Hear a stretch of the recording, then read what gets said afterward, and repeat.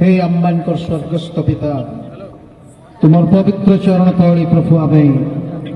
हुमान सागरकर मृत शरीर को आमे कबरस्थ करुछु। प्रभु प्रत्येक ओडिशावासी समस्तंकर चक्षुरे जो माने तांको प्रेम करती जो माने तांकर संस्पर्श रे आसीछंती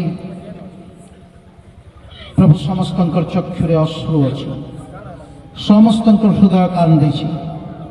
कहीं मृत्यु को सहज रे ग्रहण करि पारि नाहंती किंतु तुम्हें जो इच्छा एवं योजना रख ताहा कि अन्यथा करि पारे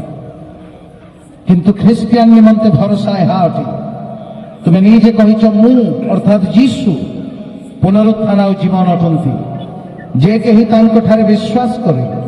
से यद्यपि मरे तथापि से बंचिब। प्रभु हिमान से अनंत काल निमंते से बंची छंती प्रभु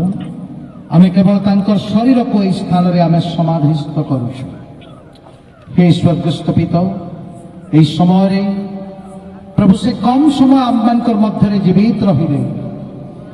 किंतु जो अवदान छाड़ी जाइछंती जो कंट्रीब्यूशन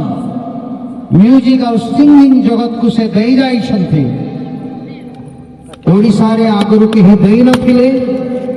एवं तांकर परे भई केही देबे प्रभु आमे वर्तमान ठारु ताहा